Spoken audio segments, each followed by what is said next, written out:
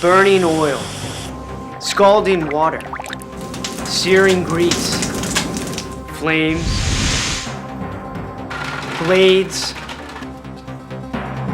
More accidents happen here than in any room in the house, more than even the workshop. A kitchen is a workplace, one that often includes kids not old enough to recognize danger, and anybody can work here. No training required. Hello, I'm Andrew Friedman. Judging from emergency room statistics, our kitchens sometimes seem out to get us. Over 500,000 people each year head straight from the kitchen to the hospital emergency room. Countless more treat their own nicks, burns, and bruises. Most people label their injury an accident and curse their bad luck. Don't believe it. These so-called accidents are often the result of dumb plays. Let's see if we can show you some smart plays instead. Guess what household object accounts for more emergency room visits than any other? Chainsaws? Hatchets? Nope. Try kitchen knives. Take a knife. Add a round, slippery object to be sliced, and you have a recipe for injury. Consider the lowly bagel. How would you slice one? Well, okay, there is more than one way. There's the handyman method, preferred by the woodworker set. Then there's the gadget lover's method. Very efficient. Next is a dumb play that lands people in the ER. For a start, Cindy uses the wrong kind of knife. To cut bread and rolls, use a knife with a serrated edge. That means a knife with little teeth, like a saw. A serrated edge works best for foods with a skin or crust and soft insides. Bread, for example. A straight edge knife is better for carving meats or cutting vegetables. Our bagel cutter used her hand as a cutting board, a definite dumb play. Knives slip sooner or later. Expert knife handlers don't play chicken with their fingers. They often hold foods like this, not like this. So here's a better way to cut that bagel. Using a serrated knife, start the cut with a bagel lying flat. Next, stand the bagel up and cut through it. To finish the cut, lay the bagel flat on the board again, slicing away from your hand. If you still fear the killer bagel, there's only one kind you should buy. Pre-sliced. Here's a salad prepared by a careless homemaker who forgot a basic rule of knife handling. Keep fingers above the sharp edge of a moving knife when possible. That way, when the knife slips, you still have 5 fingers. The slip might be an accident, but the finger's in the wrong place is not. This person might once have been all thumbs, but if she keeps working like this, she might become no thumbs. Assume the knife will slip. Keep those body parts away from the path of the knife. Give round or slippery foods a firm foundation for cutting. Cutting an apple in half first gives a solid foundation. Here's a dumb way to chop nuts. Here's a safer way to chop. Use a knife with a curved blade called a chef's knife and rock it back and forth like this. The fingers are safe and this is easier to control. Cutting a squash or frozen bagel is tough and dangerous. Try softening it first in the microwave. Once softened, it cuts easily. Don't skimp on quality when buying knives. You won't find plastic handles and flimsy blades in the kitchen of a real chef. Of course, a quality knife might cost over $20. A dull knife is a dangerous knife. It takes more force to cut, so it's moving faster when it slips. So keep knives sharp. Sharpen knives frequently. Occasionally, send them out to a professional knife sharpener. Store blades in a knife drawer, the container they were purchased in, or a holder that keeps the blades covered and out of children's reach. When loading the silverware rack of a dishwasher, load small knives and sharp objects pointing downward so they can't jab anyone who reaches in. Don't hide knives under water or where they can't be seen. It's no accident if someone slices a finger on a knife or blade hidden underwater. Food processor blades are razor sharp. Clean them by hand and never store them loose in cabinets or drawers. Broken glass can be a lethal weapon. If you have kids, consider plastic. It's safer. Be aware that broken glass can fly a long way, possibly over 10 feet. Dispose of broken glass so it won't cut someone who might reach in the trash bag. If you use a dish rag or sponge to pick up broken glass, sharp pieces can stay in the rag and injure the next user. Beware of thin goblets and fragile glasses. Stuffing a dish rag inside to dry the goblet can lead to a handful of broken glass. If a dish breaks underwater, drain the water first, then pick up the broken pieces. Kitchens mean high heat and flames. That's another way they can be out to get you. Watch this sequence and see if you can spot the dumb plays.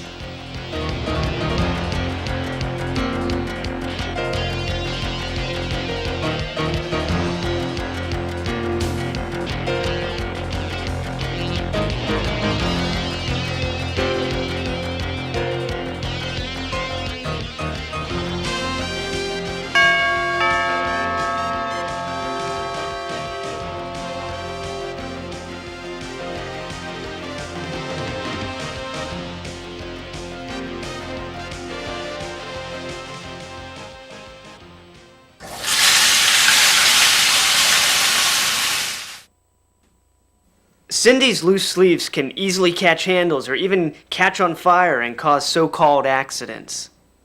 Cindy's legs are bare without a protective apron. Scalding water or hot grease on bare legs could leave permanent scars. And dropping a knife onto a bare foot, well, you get the idea. Cindy stores paper towels so close to the stove they could catch fire. She uses a small pan on a large burner. That leaves flames creeping over the edge of the pan. Use cookware that covers the burner completely. Cindy uses a front burner and leaves the pot handle turned out so it could be knocked off the stove. That's a dumb play. Keep pot handles turned inward, but not over open flames. When the doorbell rings, Cindy leaves the bacon frying on a hot flame. She should turn the heat off or way down. When she returned, the pan was smoking. She panicked and tried to carry the hot pan. That only adds danger. She should have turned off the heat and covered it to cut the oxygen supply. She uses a dish towel to hold the pan instead of a hot pad. Dish towels can catch fire. Keep hot pads within easy reach. She runs water on the hot grease. Because water and oil don't mix, the grease splatters. Tiny drops can fly far enough to burn. Here are a few other smart plays to prevent burns. Open lids so steam escapes away from your face. Steam burns can be just as serious as burns from flames. That holds true for microwave foods as well. Intense heat builds up in microwave food. Microwaves can sometimes heat food unevenly. The surfaces can be merely warm while the insides are scalding. Test microwave foods before you eat them, especially before feeding to infants and young children. When microwaving, always give heated air a vent to escape. That means cutting a slit in covered foods or holes in a potato. Never cook tightly sealed pouches or containers in the microwave. The steam buildup could cause them to explode. Turn burners and ovens off when you finish cooking.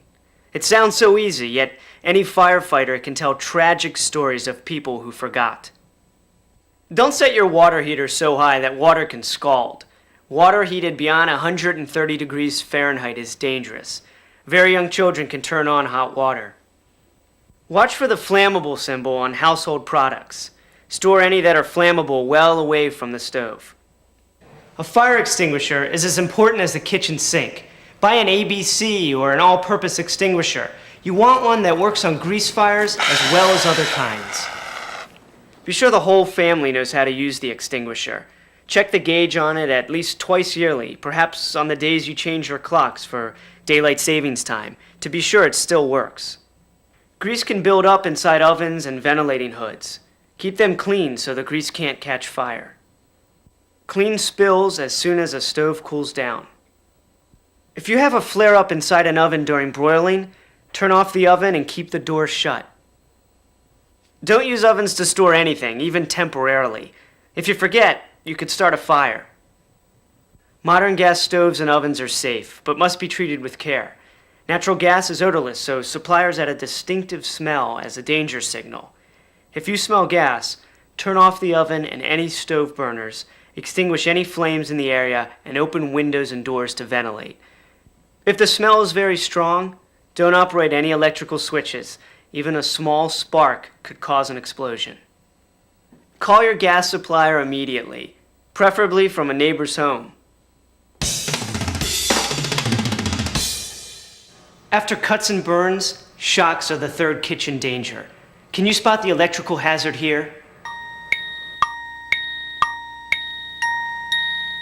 The coffee maker is close to the sink. You don't ever want to mix water and electricity. Keep electrical appliances like coffee makers and toasters away from water.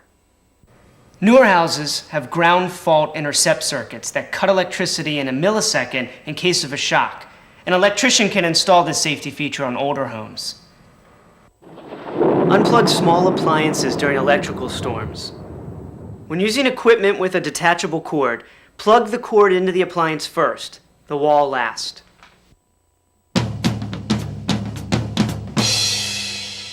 Food poisoning is another so-called accident that can usually be avoided. A few simple rules will prevent most food-borne illness. Never leave perishable food unrefrigerated for more than 2 hours. Bacteria grow fastest in warm environments. Never eat off a plate that has come in contact with raw meat or its juices. Cutting lettuce and tomatoes on the same cutting board used to chop meat or poultry is a dumb play. Cooking will make the meat safe, but you don't cook the lettuce or tomatoes. Cook foods thoroughly. High heat destroys most dangerous bacteria. Lots of chicken contains salmonella bacteria. If you ate raw chicken, you would get sick often, but you're protected if you cook the chicken thoroughly. Some meat, especially ground beef, contains E. coli bacteria, but like salmonella, E. coli can't stand the heat. To reduce the risk of food poisoning, eat your beef well done. That means without a pink center, at 155 degrees or more. Another way to judge is to be sure the juices run clear, not red. Every year, children like Molly suffer serious injuries at home or while visiting kitchens where homeowners think they have no worries because kids aren't around much. We're going to reveal dangers by looking at a kitchen through the eyes of 2-year-old Molly. Viewing the world as Molly sees it, that kettle handle says, "Grab me." A 3-footer could easily pull a stool over and climb up to see what's on that counter. Grandpa's visiting, and to Molly, his medicine might look like candy. Gramps has trouble opening bottles, so his pills are not in child-resistant bottles, and he left the cap on loose.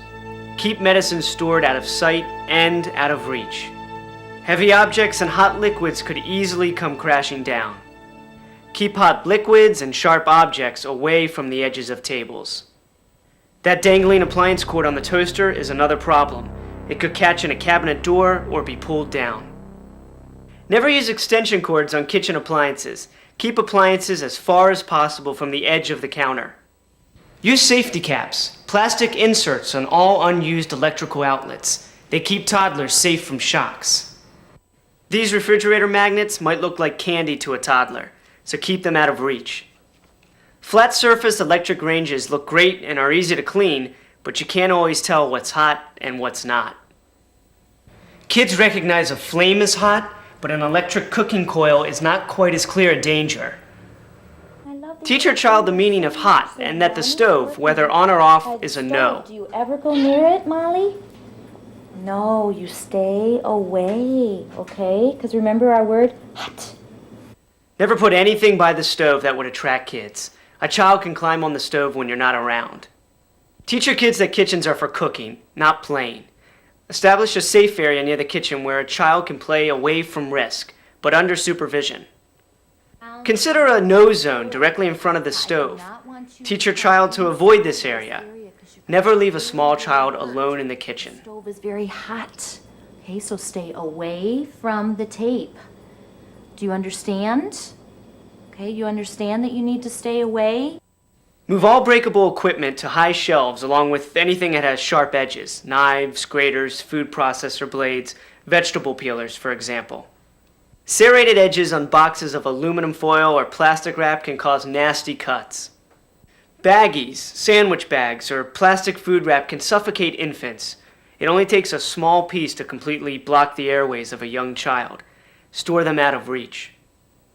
Keep matches and lighters, alcohol, detergents, bleach, and other chemicals out of children's reach in a locked cabinet. If you have toddlers in your kitchen, install safety latches on cabinets and drawers that contain dangerous items.